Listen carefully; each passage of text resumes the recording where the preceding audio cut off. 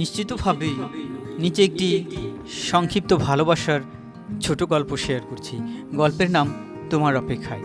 রোদেলা বিকেল, ক্যাম্পাসের পুরনো লাইব্রেরির বেঞ্চে বসে আকাশের দিকে তাকিয়েছিল আরিয়া।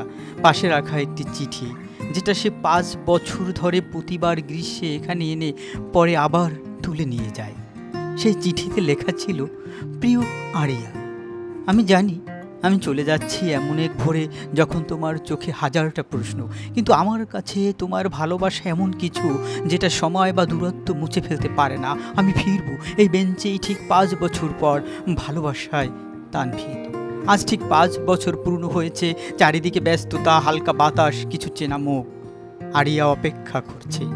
হঠাৎ পেছন থেকে কেউ বলল, তুমি আজও ঠিক আগের মতোই আছো। আরিয়া ঘুরে তাকালো, চোখে পানি, ঠোঁটে হাসি। সে বলল, তুমি দেরি করেছো 5 মিনিট। তানভীর বলল, ভালোবাসা কখনো দেরি করে না। ধন্যবাদ।